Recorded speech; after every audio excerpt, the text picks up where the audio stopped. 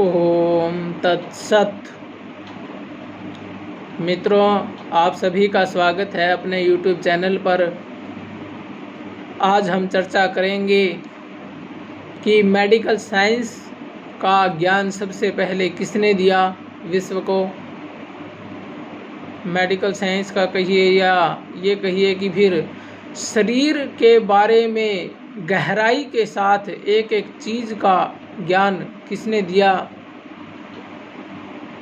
Medical science के अंदर ही आ गया। ऑपरेशन का ज्ञान किसने दिया, यानी कि फिर या ऐसे भी कह सकते हैं जो वैद्यक शास्त्र है उसका ज्ञान किसने दिया। आजकल ये स्कूलों में बात है कि जो अंग्रेज हैं वही सबसे फास्ट हैं, वही सबसे आगे हैं, लेकिन ये बात हमें झूठ जो है सिखाई जाती है।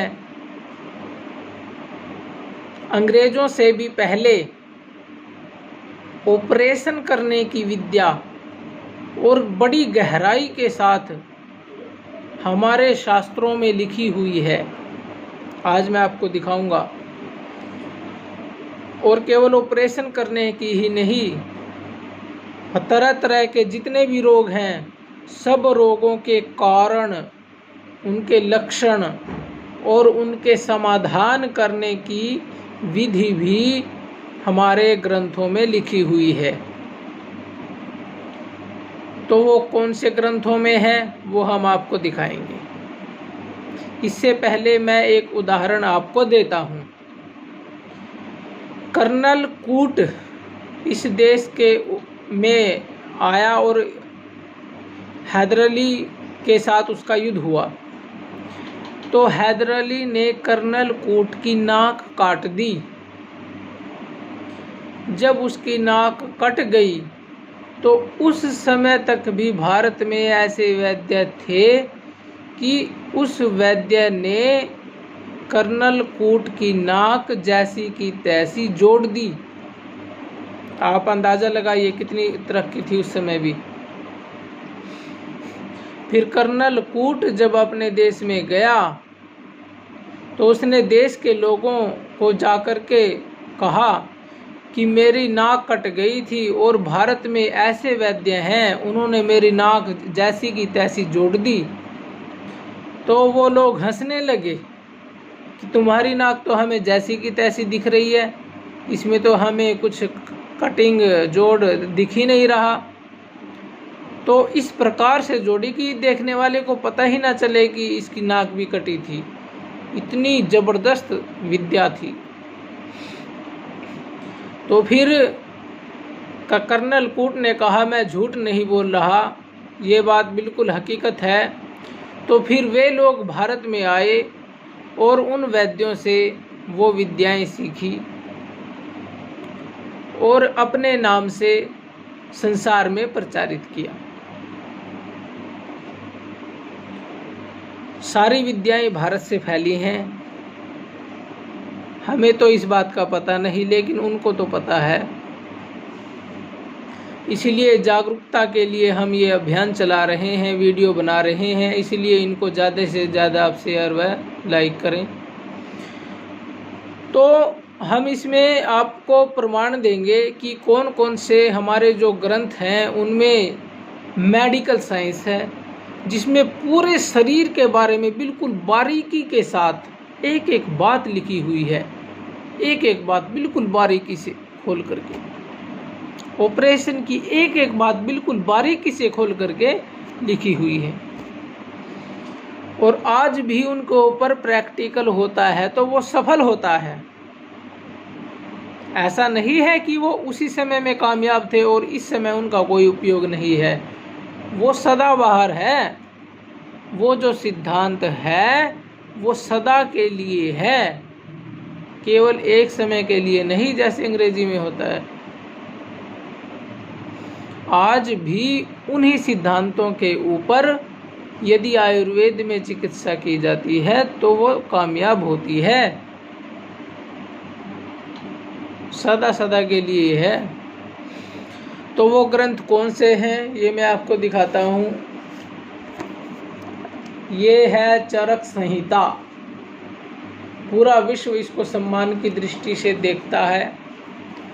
ये महर्षि चरक का ग्रंथ है। एक है सुश्रुत संहिता, उसमें ऑपरेशन करने की विद्याएं हैं अधिकतर।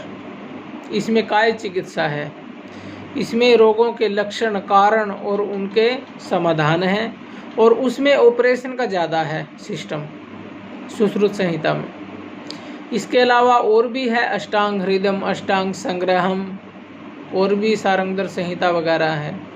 लेकिन चरक संहिता, सुश्रुत संहिता, अष्टांग हृदयम, अष्टांग संग्रहम ये मेन है, इनको अधिक मान्यता है। पूरा विश्व इनको सम्मान की दृष्टि से देखता है। ऑस्ट्रेलिया के अंदर भी महर्षि सुश्रुत की फोटो लगी हुई है, बड़ी फोटो उन्होंने लगा रखी है। आयुर्वेद के जनक महर्षि धन्वंतरी या सुश्रुत कुछ इस प्रकार का लिख रखा है। तो विदेशों में लोग मानते हैं, ये तो हमारे वाले बुद्धू हिंदू, इनको पता नहीं अपनी क्या संस्कृति है, ये अपनी संस्कृति पर गर्व महसूस नहीं करते। हिंदुओं, आप अपने ऋषियों का सम्मान करो और उनके ग्रंथों पर गर्व महसूस करो। उनके ग्रंथों को अपने घर में रखो, वेदों को अपने घर में रखो, क्योंकि सारी विद्याएं वेदों से ही फैली हैं।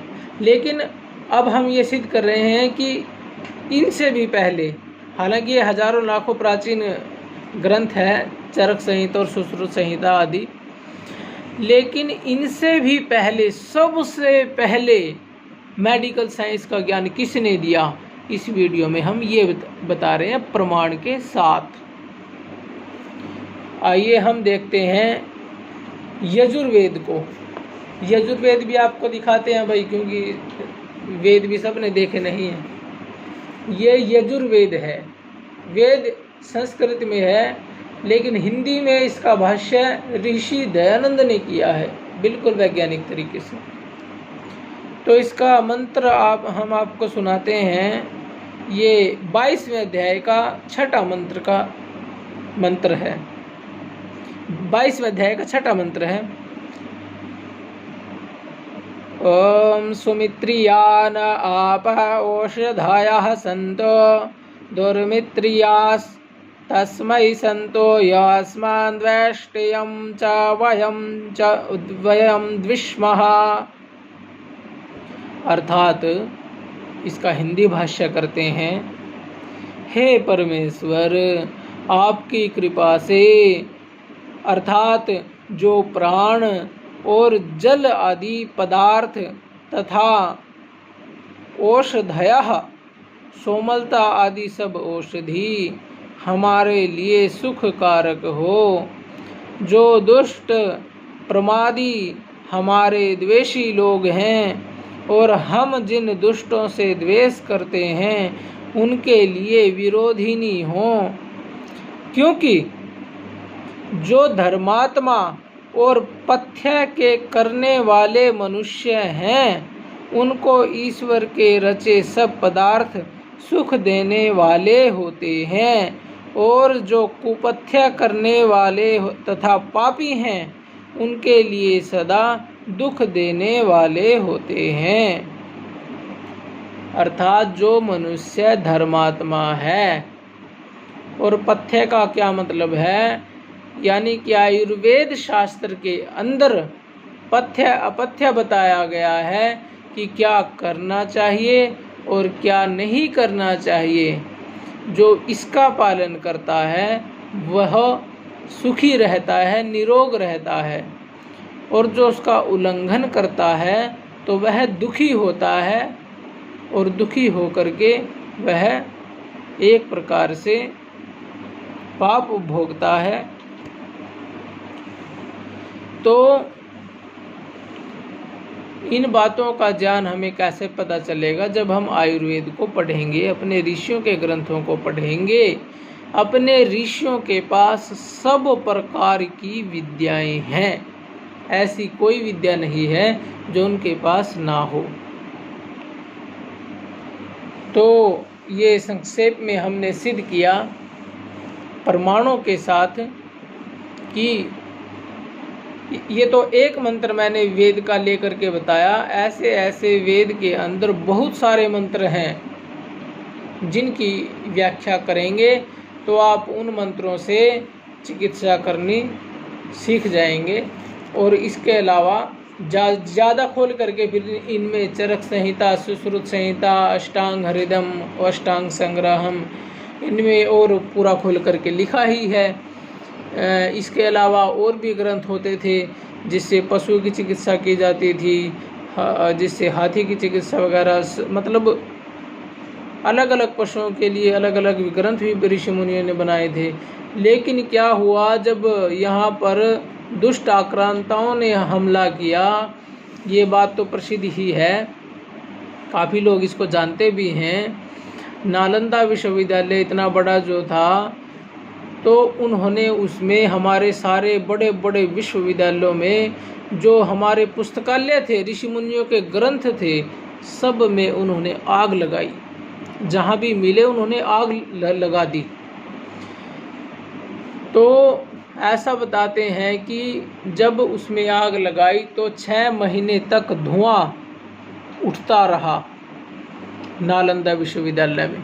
इतने ऋषि मुनियों के ग्रंथ उसमें थे।